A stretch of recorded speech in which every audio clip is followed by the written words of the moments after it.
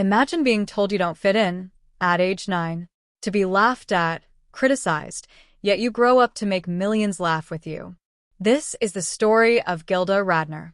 Tracing her childhood in Detroit, rise through Toronto's comedy scene, breakthrough as one of the original SNL cast. Her personal struggles and triumphs, her love story with Gene Wilder, battle with illness, and enduring legacy. If you love comedy, courage, or real human stories, this is for you. Gilda Susan Radner was born on June 28, 1946, in Detroit, Michigan. She was the daughter of Herman Radner, a successful businessman, and Henrietta Radner. Her family was Jewish, and her upbringing reflected strong community and family values. Gilda was the youngest of 2 children. She had an older brother, Michael. Her father ran Detroit's Seville Hotel, which exposed her to entertainers from a young age. He lovingly called her Gilda Susan, a name that stuck with her identity. As a child, she struggled with weight issues, leading her mother to put her on strict diets. Her mother also took her to a doctor, who prescribed diet pills at a very young age. Despite this, Gilda developed a bright, outgoing personality. She was naturally funny, often entertaining her family and friends. Gilda attended University Liggett School in Detroit. She often used humor to stand out and gain acceptance among her peers. During her teen years, she adored comedians like Lucille Ball and Carol Burnett. Her love for comedy grew, alongside her struggles with body image. At age 16, tragedy struck when her father died of a brain tumor.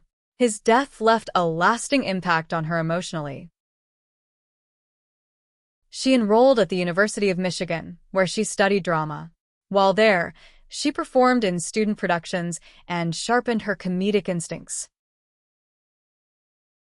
College was a place where she began experimenting with characters and improvisation.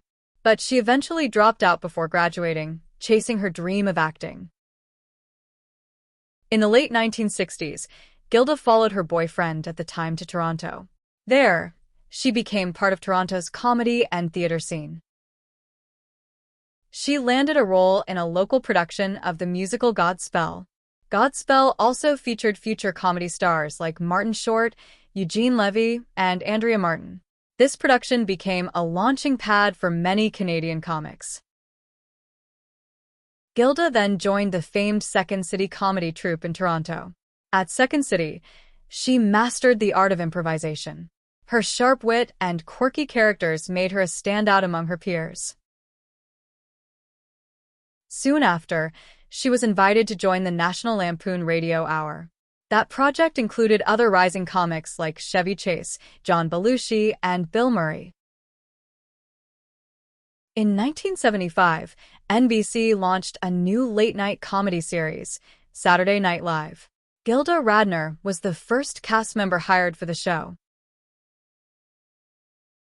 She quickly became one of the standout stars of the original, not ready for primetime players.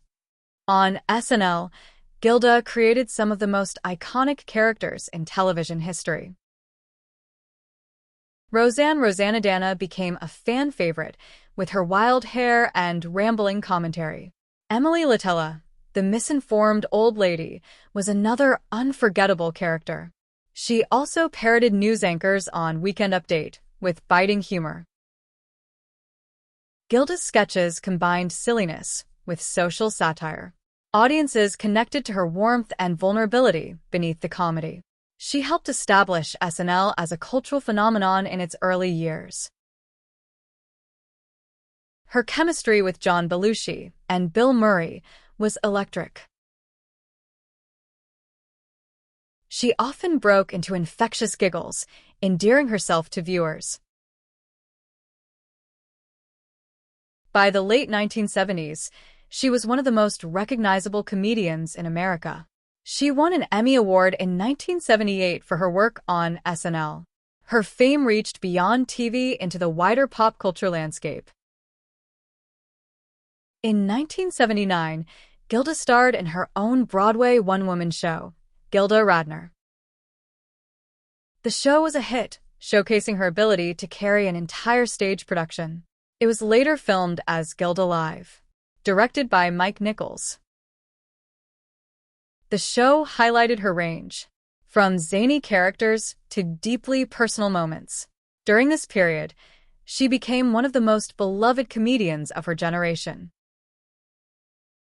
She began appearing in films, though her movie career was less successful than her stage and TV work.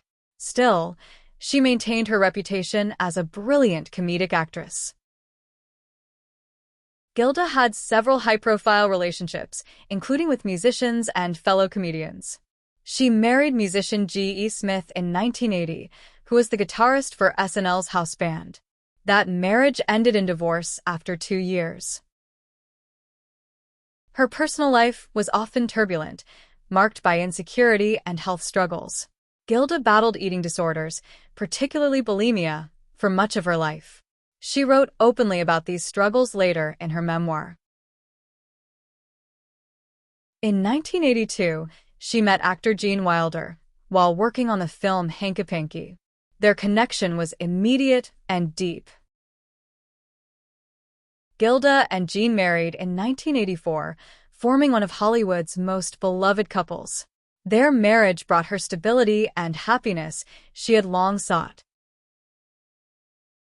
They collaborated on several projects, including Haunted Honeymoon, 1986. In 1986, Gilda began experiencing troubling symptoms of fatigue and pain. After misdiagnosis, she was eventually diagnosed with ovarian cancer in 1986. The news was devastating to her and her loved ones. She fought the disease with chemotherapy, surgery, and unwavering determination. Gene Wilder became her constant supporter and advocate throughout her illness. Gilda openly discussed her cancer battle, bringing awareness to the disease. Despite her illness, she maintained her humor and zest for life. She joked about her treatments, lifting the spirits of those around her. She formed close friendships with fellow cancer patients during her hospital stays. Gilda wrote her memoir, It's Always Something, chronicling her life and illness. The book was both heartbreaking and inspiring. She became a symbol of resilience for many facing health struggles. By 1988, her cancer went into remission briefly. She enjoyed time with Gene Wilder, cherishing their marriage. She tried to live as normally as possible, despite ongoing treatments. Sadly, the cancer returned aggressively in 1989. She entered Cedars-Sinai Medical Center for treatment in May of that year. On May 20, 1989, while undergoing a CAT scan, Gilda Radner passed away unexpectedly. She was only 42 years old. Gene Wilder and her family were devastated by her loss. Her death shocked fans worldwide, cutting short a brilliant comedic life. After her death, Gene Wilder helped establish the Gilda Radner Hereditary Cancer Program. This program focused on ovarian cancer research and genetic screening. In 1991, the first Gilda's Club opened in New York City. Gilda's Club offered support for people living with cancer and their families. The organization spread nationwide, honoring her legacy of love and laughter. Her memoir, It's Always Something, inspired millions dealing with illness. She was posthumously awarded a Grammy Award for the audiobook version of her memoir. Fans and comedians alike continue to celebrate her work on SNL. Many credit her with paving the way for women in modern comedy. Her characters remain iconic, replayed in SNL retrospectives and tributes.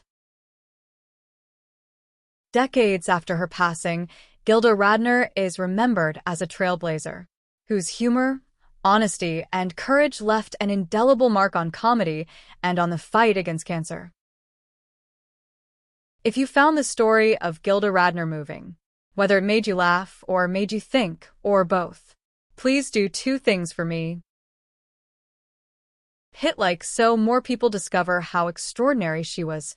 Subscribe and ring that bell. I have many more stories like this, of people who made us laugh, cry, and want to live more courageously. And before you go, I'd love to know in the comments, which Gilda character or moment touched you most and why? Emily Latella? Rosanna Dana? Or something entirely different? Let's talk about her legacy together.